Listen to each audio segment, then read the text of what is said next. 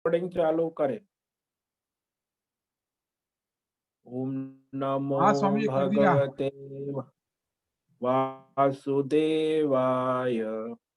ओम नमो भगवते वासुदेवाय। ओम ओम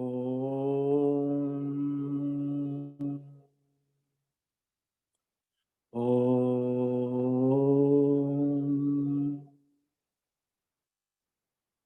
ओम श्री परमात्मने नमो नमः। ओम गुम गणपतये नमो नमः।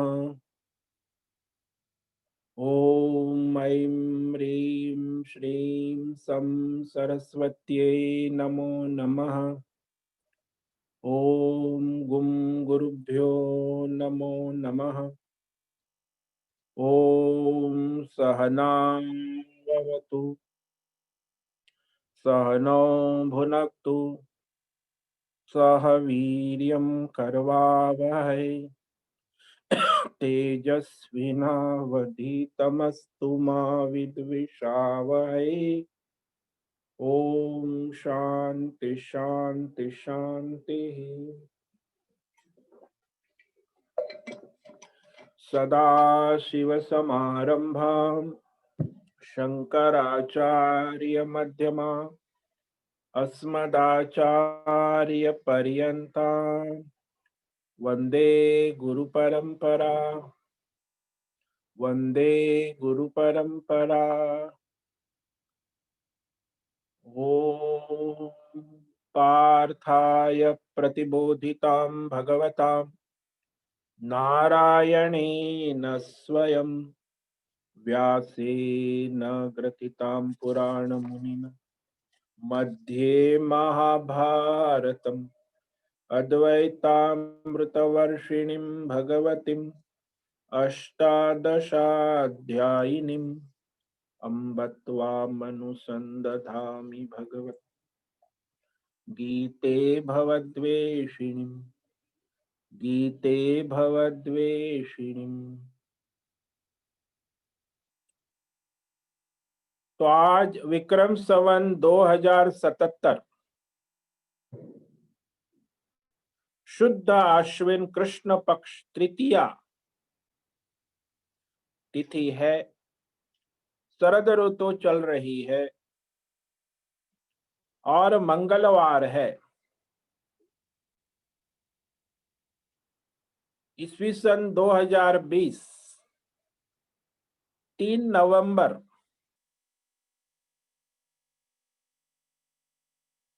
प्रातः 7 बज रहे हैं।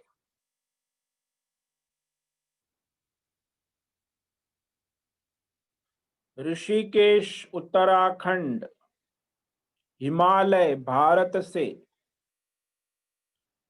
हम स्वामी उत्तमानंद सरस्वती भगवद गीता आचार्य शिष्य स्वामी चिन्मयानंद सरस्वती केवलाद्वैत शंकराचार्य परंपरा से शिक्षित दीक्षित भारतीय वैदिक सनातन धर्म परंपरा अनुसार संपूर्ण भगवद गीता ज्ञान यज्ञ ऑनलाइन व्याख्यान माला के अंतर्गत अध्याय 2 सांख्य योग श्लोक नंबर 29 से व्याख्यान करेंगे। पद वाक्य शब्द प्रमाणतः संस्कृत एवं हिंदी में व्याख्यान करेंगे। आप सभी साधकों को ओम नमो नारायणाय। आप सभी सावधानी पूर्वक एकाग्रता से स्थिर बैठकर भगवद गीता श्रवण साधना करें। मनन अभ्यास बार बार करें और अपने वर्तमान जीवन में गीता ज्ञान चरितार्थ करे। ओम तत्सत।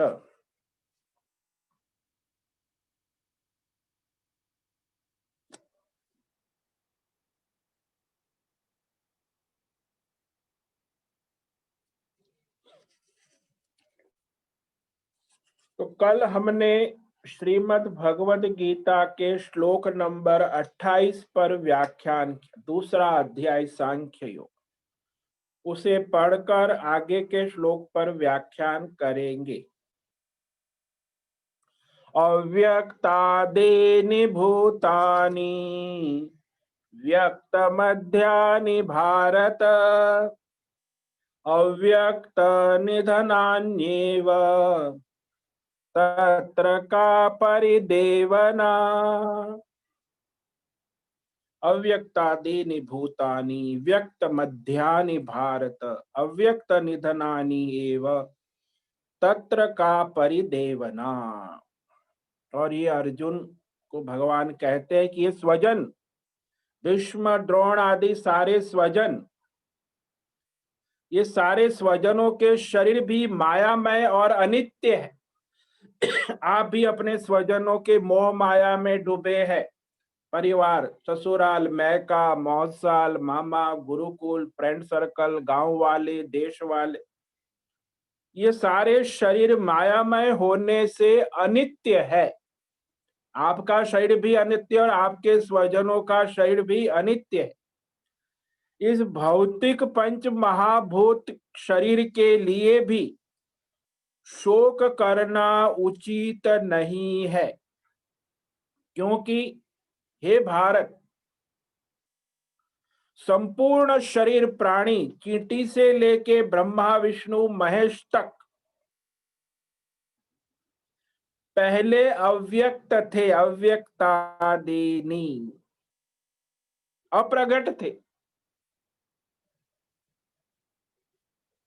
और मरने के बाद, प्रलय के बाद अप्रगट हो जाने वाले हैं। अव्यक्त निधनानि व्यक्त मध्यानि, और बीच में सबका कुछ काल तक व्यक्त होते हैं। चींटी का काल कुछ होता है, मनुष्य का काल कुछ होता है, देवताओं का काल होता है, ब्रह्मा जी का भी काल होता, वो भी व्यक्त अव्यक्त होते रहते, देवता भी व्यक्त अव्यक्त। तो बीच में कुछ समय ही प्रकट है।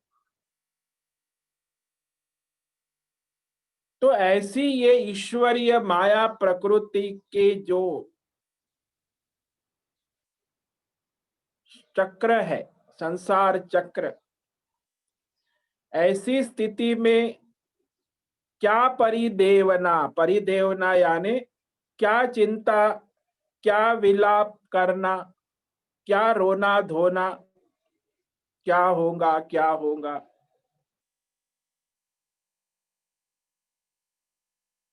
जो पहले नहीं था, बीच में है और आगे नहीं रहेगा, ये सनातन प्रकृति का परिवर्तनशील नियम है।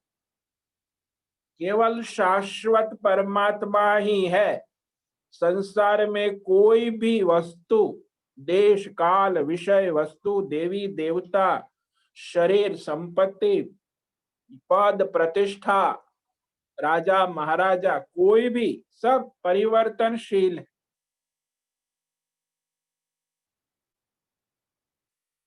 इसीलिए यहाँ किसी के लिए भी प्रलाप करने का अवकाश ही नहीं है।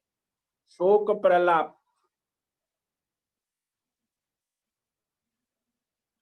इस प्रकार भगवान ने स्पष्ट कह दिया। अब जो है इस परमात्मा तत्व जो अंतर्यामी आत्मा है, वह बड़ा दुर्विज्ञेय है। 100 बार 1000 बार समझाने के बाद भी समझ में नहीं आता।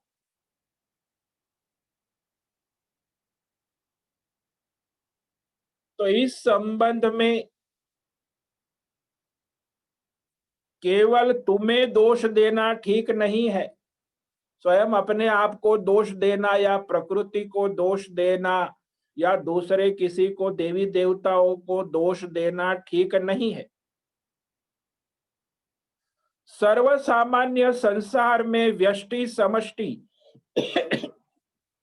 व्यक्ति, परिवार, समाज, गांव, राष्ट्र और विश्व, ये सारा जो है सर्वसामान्य संसार में जितने भी संसारी लोग हैं, वह इस पंच महाभूतात्मक संसार की भ्रांति, अविवेक, अज्ञान, कामनाएं और सकाम कर्म के बाद अर्थ और कामनाओं में डूबे रहते हैं। तो ये भ्रांति भ्रम में 99% संसार में सब लोग यही धंधा करते। क्या धंधा करते हैं?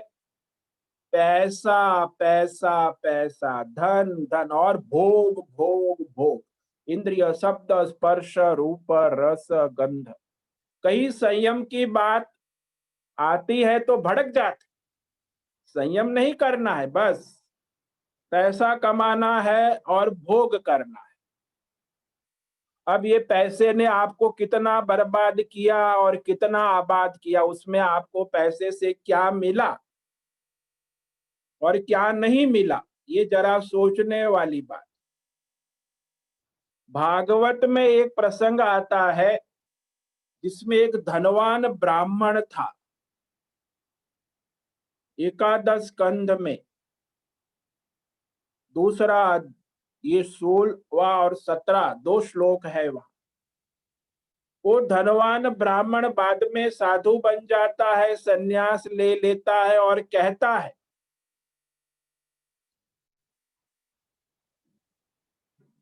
कि धन कमाने में बड़ा कष्ट है,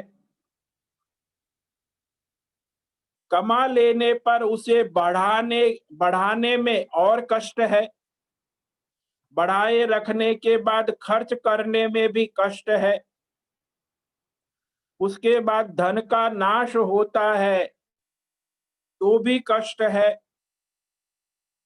धन का भोग करते हैं तो भी कष्ट है।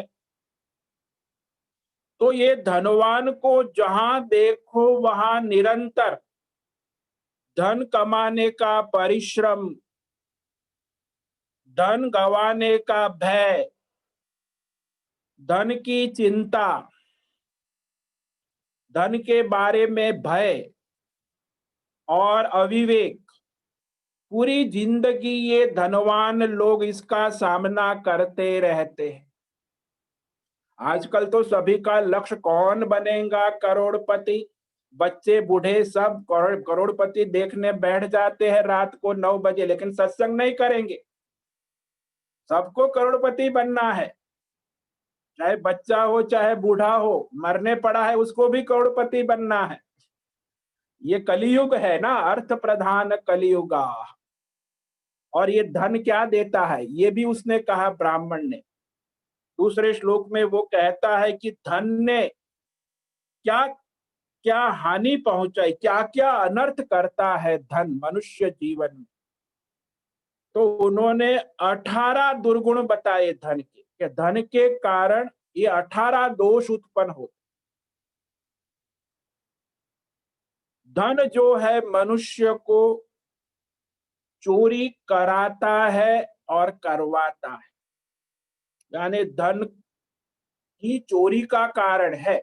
जगत में धन है तब तक चोरी होती रहेगी, लोग चोरी करते रहेंगे, कर चोरी धर चोरी। आज तो चोरी का जमाना है, कहीं मौका मिला तो एक क्षण में मनुष्य हाथ साफ कर देते हैं। तो धन से एक दुर्गुण संसार में, समाज में, परिवार में चोरी का दुर्गुण होता। धन के लिए हिंसा होती है, जितनी हिंसा है उसमें ज्यादातर हिंसा धन के लिए हो। और जितना भी संसार में झूठ बोला जाता है उसमें सबसे ज्यादा झूठ ये धन के लिए बोला जाता। झूठ बोलना पैसे के लिए भाई बहन, माता पिता, नौकर, मालिक झूठ बोलते हैं। धन से दंभ दिखावा करते हैं, धन से ही दिखावा दंभ होता है। धनवान लोग दंभ दिखावा ढोंग करते हैं और धन से ही घमंड बढ़ता है, घमंडी होते धनवान। और धनवान को ही कामनाएं ज्यादा होती है और कामना पूरी करते हैं और कामना बढ़ती है। धन से क्रोध उत्पन्न होता, यदि धन कहीं चला गया, चोरी हो, और धन बढ़ रहा है, पैसा आ रहा है, तो लोभ उत्पन्न होता है, धन से ही लोभ। और धनवान ही अहंकारी होता है, अहंकार में पड़ा रहता। धन ही, धनवान ही मनुष्य को गर्व होता है। धनवान ही सब में भेद बुद्धि करता है, ये बड़ा है, ये अमीर है, ये गरीब है, मैं बड़ा हूं तो छोटा है। धनवान को भेद बुद्धि होती है। धनवान के बहुत शत्रु भी होते, दूसरों के साथ वैर भी होता है। जो अधिक धनवान है उसके साथ स्पर्धा होती है, शत्रुता होती है धनवान को। और धनवान को किसी पर विश्वास नहीं होता, अविश्वास धन के कारण। धन है तो अविश्वास, अपने स्वजनों में भी अविश्वास होता है। धन से सारे संसार में स्पर्धा धन के लिए होती है। लंपटता भी धन के कारण ही आती है। धनवानों में व्यभिचार होता है, सारी वेश्यावृत्ति और व्यभिचार धन के कारण ही है। और जुआ, लॉटरी, कौन बनेगा करोड़पति, ये नौटंकी भी धन के कारण ही है। ऐसे ऐसे सेलिब्रिटी शो चलते रहते हैं। और शराब खाना, ये भी शराब आदि, ये भी धन का कारण है। तो ये 18 अनर्थ मनुष्य में उसके धन के कारण माने गए हैं।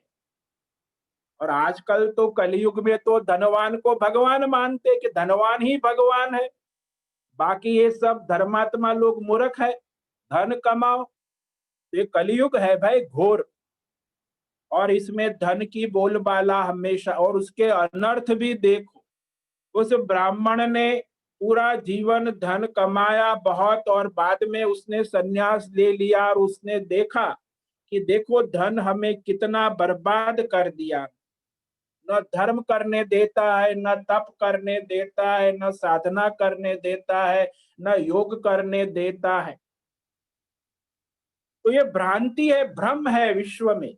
और ये सामाजिक भी है, व्यक्तिगत भी है, राष्ट्रीय है। राष्ट्र भी, जीडीपी, गवर्नमेंट भी धन की ही सब समस्या का समाधान धन है, यही कहते रहते, धर्म नहीं मानते, धर्मनिरपेक्ष राष्ट्र। तो ये सब राष्ट्र भी इसी तरह भ्रम में है, सरकारें भी भ्रम में है, विश्व की सारी सत्ताएं भ्रम में है कि यही है एक पैसा पैसा पैसा, पैसे से सारी समस्या का समाधान। लेकिन कोई समस्या का समाधान है नहीं, ये तो और अनर्थ का कारण है। मनुष्य के जीवन में जितने भी अनर्थ है वो उसकी धन और भोग के कारण ही है। और धर्म तो कहता है धन का सदुपयोग करो, धन कहता है कि धर्म के अनुसार धन का सदुपयोग करो।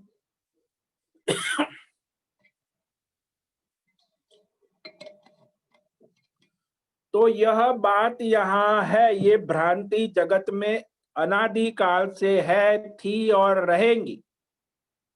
इस भ्रांति, इस अविवेक के कारण साधारण मनुष्य इस धर्म परमार्थ के मार्ग में आगे नहीं बढ़ सकता। यानी व्यक्तिगत दोष नहीं है, समष्टिगत दोष भी है।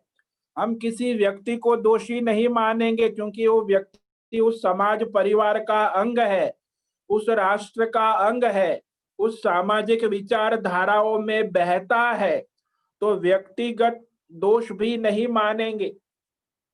व्यष्टि और समष्टि, किसी को दोष देना ठीक, यहां तो भाई एक ही है, अज्ञान अविवेक।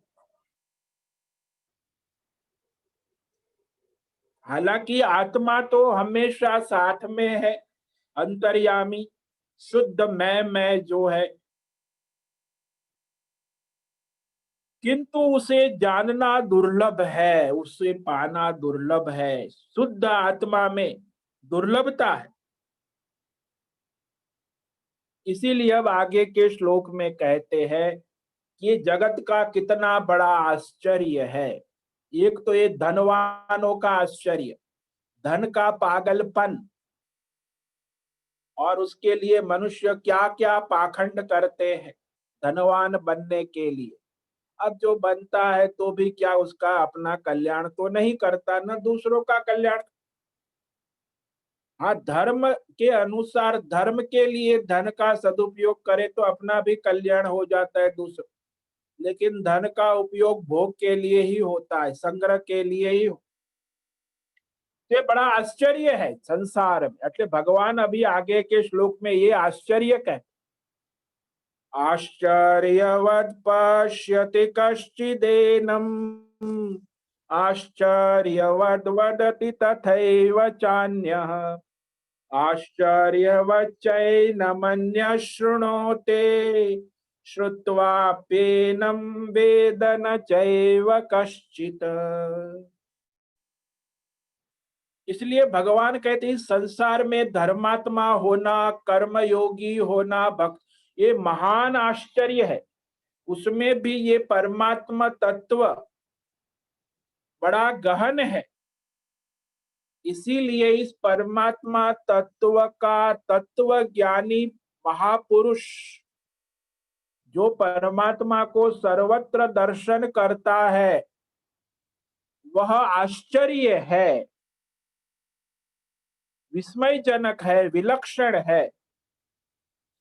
आश्चर्य यानी पहले न देखा गया हो और ऐसा अद्भुत आश्चर्य न जाना जाता है आसानी से।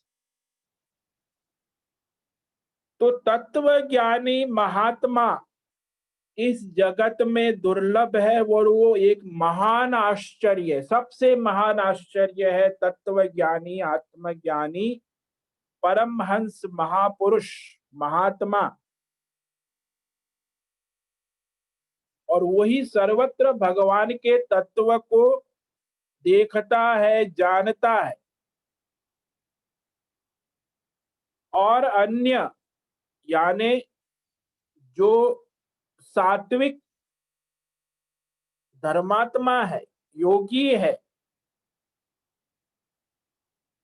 वह इस परमात्मा तत्व की आश्चर्य की उसके लिए वदती, वर्णन करता। देखो हम आपको वर्णन कर रहे हैं, ये आश्चर्य है।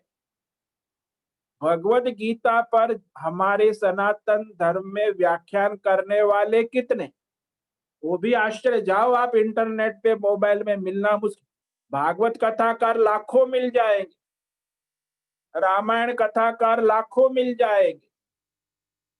भगवत गीता व्याख्यान करने वाला, परमात्मा तत्व का ज्ञान वर्णन करने वाला ऐसा जो महात्मा है वो आश्चर्य है। यानी सात्विक होता है वही हो।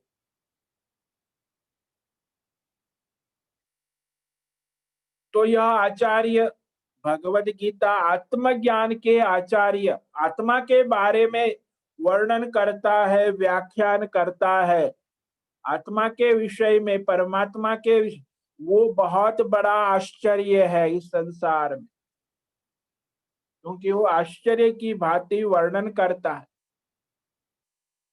परमात्मा तत्व का वर्णन आश्चर्य है। और अन्य आप लोग जो अभी सुन रहे हैं ये भी आश्चर्यवत श्रृणोति, इस भगवत गीता को श्रवण साधना सुनना ये भी आश्चर्य है।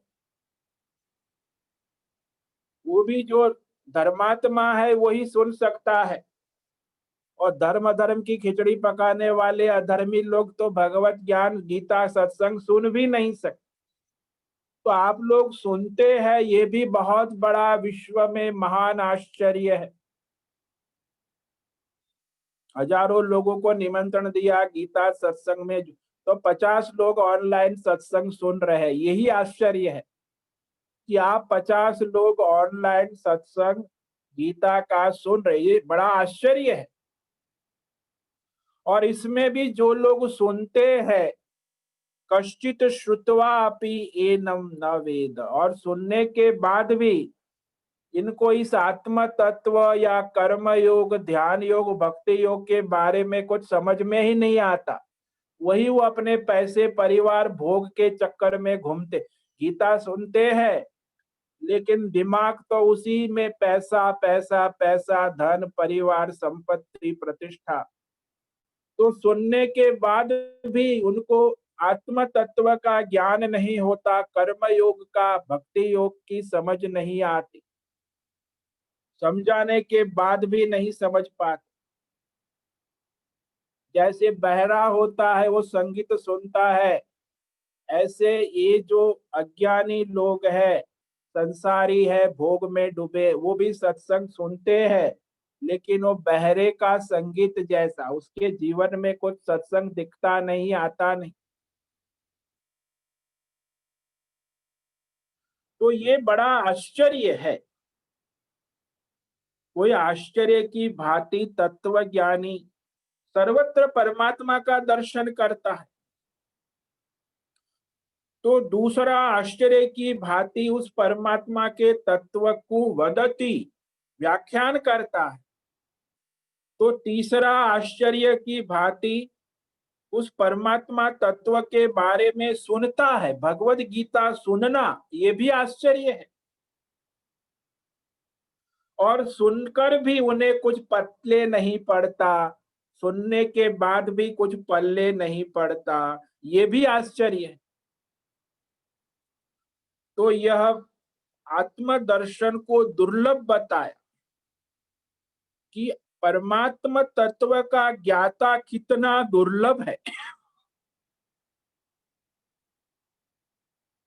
और उससे में भी उस परमात्मा तत्व का उपदेश करने वाला उपदेष्टा वो भी दुर्लभ है, और इस परमात्मा तत्व के बारे में श्रवण करने वाला ये भी दुर्लभ है, और श्रवण करने के बाद भी कुछ पल्ले नहीं पड़ता, ये भी दुर्लभ।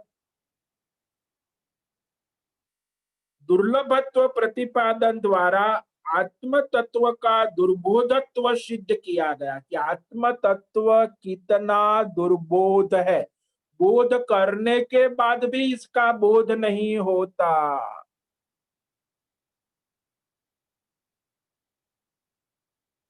तो दृष्टा, वक्ता, श्रोता, और ये सारा दुर्लभत्व बताए।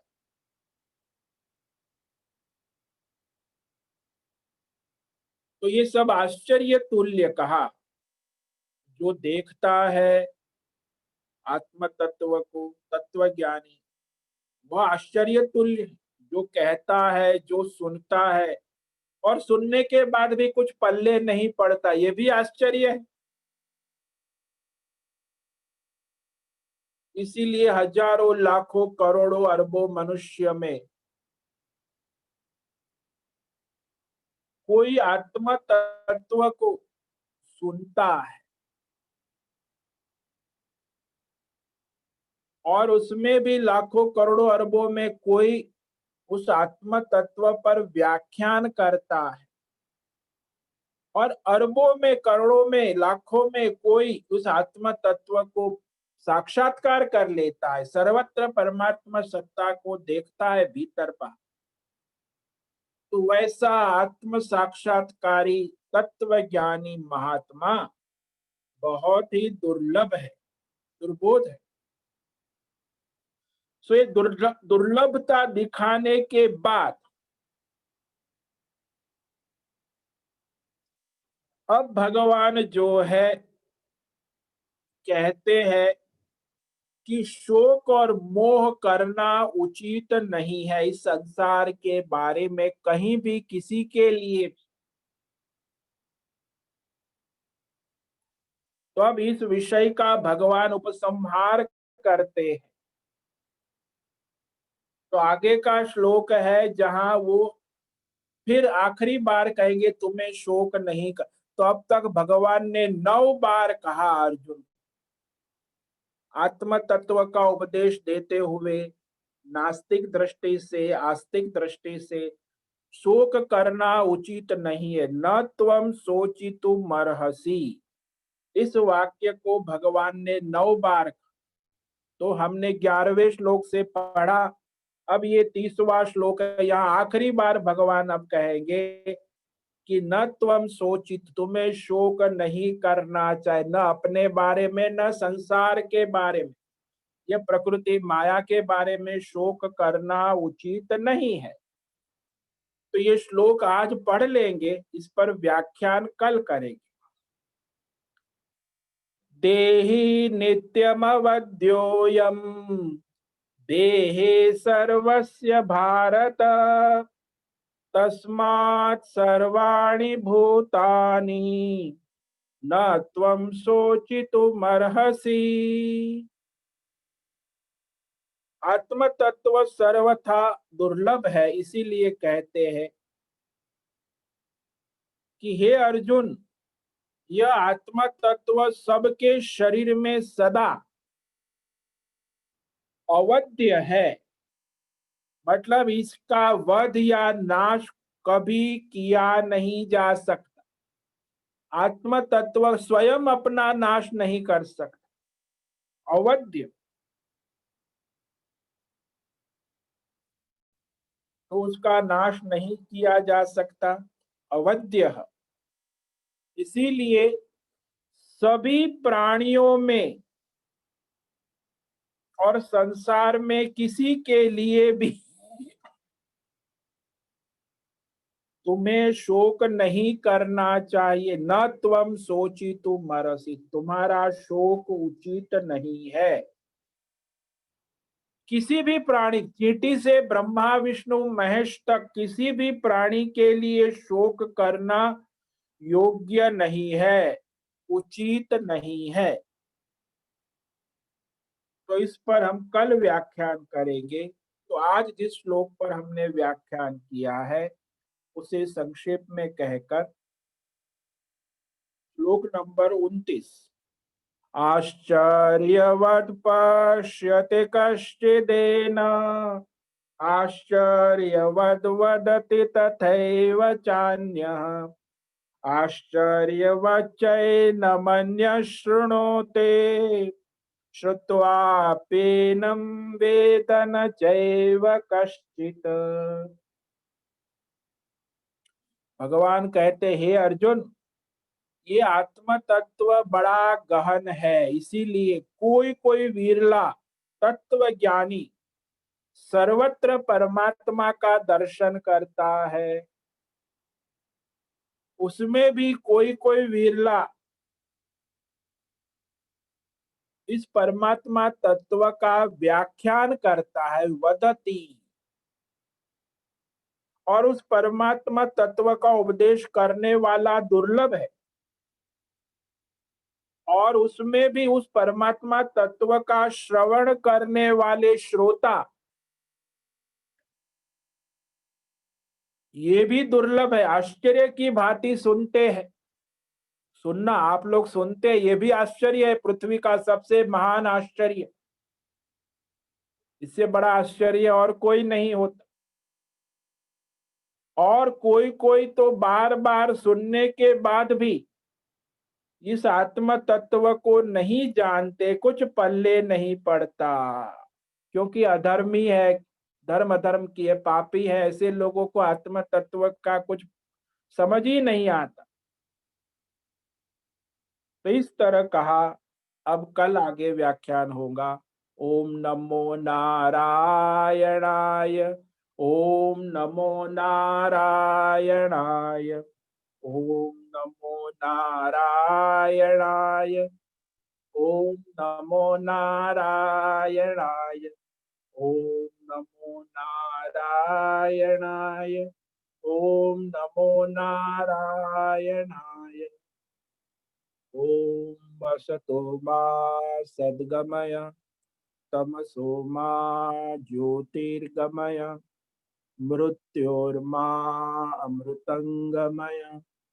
ओम पूर्णमद पूर्णमिदं पूर्णात् पूर्णमुदच्यते पूर्णस्य पूर्णमादाय पूर्णमेवावशिष्यते। ओम शांति शांति शांति। ओम गुम गुरुभ्यो नमो नमः। ओम तत्सत। ब्रह्मार्पणमस्तु। ओम ओम ओम।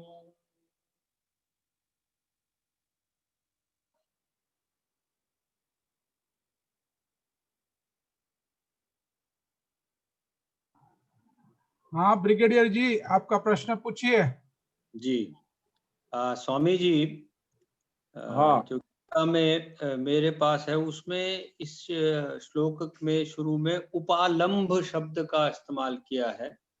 ये उपालंभ का क्या तात्पर्य है यहाँ पे? उपालंब यानी वो जो संसार में एक होता है आलंब और दूसरा होता है उपालंब।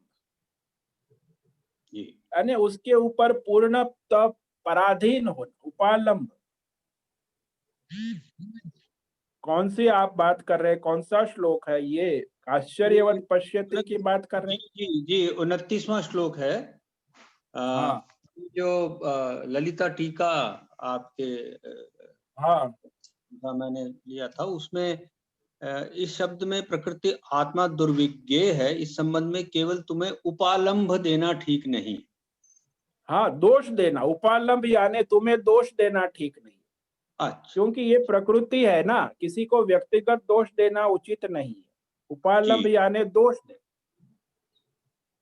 इस संबंध में केवल तुम्हें दोष देना ठीक, क्योंकि सर्वसामान्य संसार में 99% यही भ्रांति अविवेक ही चलता है। तो हम किसी को दोष नहीं दे सकते भ्रांति निमित्त साधारण रहने के कारण। तो ये अविवेक अज्ञान एक सामान्य 99% जगत में व्याप्त है, कहने के बाद भी लोगों को विवेक नहीं होता। इसीलिए उपालंब का मतलब है कि केवल तुम्हें दोष देना ठीक नहीं। अर्जुन को भगवान के तुम्हें व्यक्तिगत मैं नहीं तुम्हें दोषी मान, क्योंकि ये तो प्रकृति समाज और सारा विश्व और माया का खेल है। और अविवेक के कारण अज्ञानी जीव इस संसार में उलझे रहते हैं धन और भोग में। वही तो मैंने आज कहा ना कि अभी हम धनवान को भी दोष नहीं, क्योंकि वो धन के अंधे है ना। तो अविवेक के कारण धन के पीछे पागल है, कोई भोग के पीछे पागल है। तो यही अज्ञान है, अविवेक है। तो धर्म नहीं करते, और धर्म करते तो भी वो भोग के लिए करते हैं, सकाम करते हैं। ईश्वर के लिए कितने लोग साधन करते? इसलिए ईश्वर को समर्पित जीवन जीने वाले 1-2% ही होते हैं। 99% इसी में, इसलिए दोष व्यक्तिगत नहीं है, पूरा समष्टि समाज ऐसा है। इसलिए भगवान कहते मैं तुम्हें दोष देना ठीक नहीं है। यह उपालंब का मतलब होता है कोई व्यक्तिगत दोषी नहीं है। अब ये सर्वसामान्य संसार ऐसे ही चलता है, वो भ्रांति का निमित्त है। अविवेक, भ्रांति, अज्ञान, भ्रम। और जिन्होंने सत्संग ने वो भ्रम में ही जिएंगे, भ्रम में ही मरेंगे, जिसको विवेक ही नहीं। इसलिए तो मैंने पहले कहा कि धनवान का भ्रम तो सबसे बड़ा है, और धन के पीछे लोग पागल है।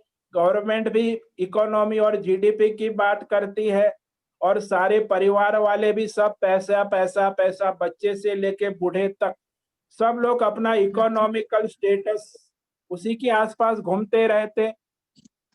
ये भ्रांति है ना। भाई अपना स्वधर्म नहीं करते। जी स्वधर्म कर्तव्य क्या है, परमार्थ क्या है, मुझे यहाँ ईश्वर ने कहाँ रखा है, मेरा वर्णाश्रम धर्म कर, तो न स्वधर्म का बोध है न कर्तव्य, केवल पैसे के आसपास और भोग के आसपास जीवन पूरा हो जाए। तो ये संसार में आसपास तो डेमोक्रेटिक थिंकिंग ऐसा ही होता है ना। शास्त्रीय थिंकिंग हो तो अलग बात है, सत्संग किया है तो उसकी सोच अलग होती है, और सामाजिक सोच होती है, और सामाजिक और राष्ट्रीय सोच ऐसी ही चलती। ये भ्रांति निमित्त है, यानी तुम्हें दोष देना ठीक नहीं है, उपालम जी किसी को भी दोष देना ठीक, क्योंकि ये तो एक भ्रम है। वो स्वयं उसको सत्संग करेगा, विवेक होगा, तब जाके बात बनेगी, नहीं तो ऐसे ही जीवन पूरा हो जाएगा। इसीलिए ये दिव्य आत्मा तो क्या, ये धर्म भी समझना दुर्लभ है। परमात्मा तत्व तो दूर की बात, कर्म योग का सिद्धांत भी समझ में आना दुर्लभ है, ध्यान योग का तत्व समझ में आना दुर्लभ है, भक्ति योग का तत्व समझ में आना दुर्लभ है। समझाने के बाद भी समझ में नहीं आता, इसलिए सब आश्चर्य है। परमात्मा तत्व भी आश्चर्य है, भक्ति योग भी आश्चर्य है, ध्यान योग भी आश्चर्य है, कर्म योग भी आश्चर्य है, और स्वधर्म कर्तव्य ये जानना और करना ये भी आश्चर्य है। दुनिया में आज 90% लोगों को अपना स्वधर्म कर्तव्य का पता ही नहीं, केवल 10% लोग अपना स्वधर्म कर्तव्य, ये भी आश्चर्य है। और वो संसार ऐसे चलता है भ्रांति से, भ्रम से, अविवेक से, तो ये अज्ञान है। समझ में आया? जी जी स्वामी जी। हाँ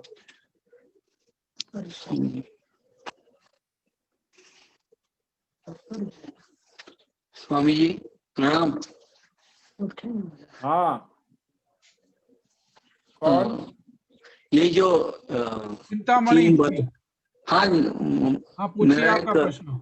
हाँ हाँ ये जो आश्चर्यवत देखना, आश्चर्यवत सुनना, आश्चर्यवत बताना, ये अनुभूति के तीन अलग अलग साक्षात्कार है क्या, ऐसा उसके बारे में जरा आप बताएंगे? नहीं, ये विस्मयजनक कहा, आत्मा तत्व, ये आश्चर्य यानी विलक्षण, जो पहले न देखा गया हो, ऐसे अद्भुत, दुर्लभ, आश्चर्य, ये अनुभूति का विषय नहीं। अनुभूति जो है वह आश्चर्यवत है, यानी दुर्लभ है, अद्भुत है,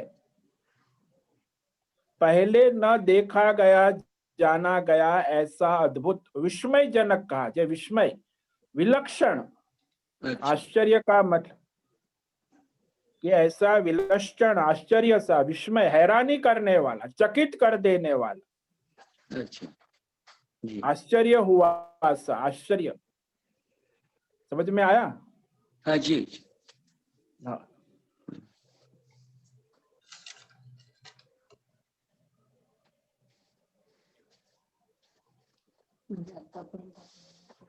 अनुभूति मिले, ऐसा नहीं है।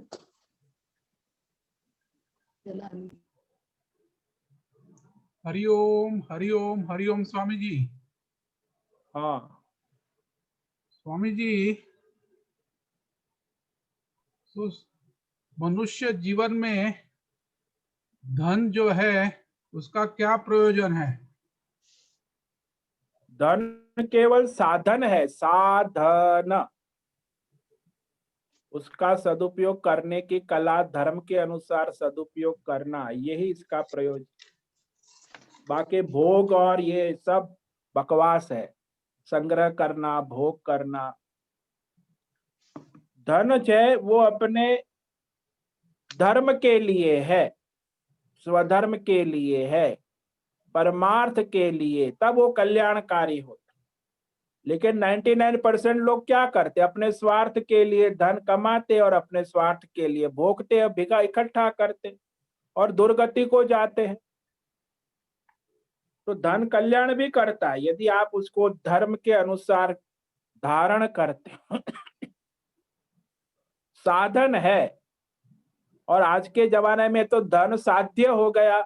परमात्मा से, किसी भगवान से, धर्म से किसी को लेना, बस पैसा ही पैसा पैसा पैसा। गवर्नमेंट भी वही बात करती है, और ये सब नेता लोग भी।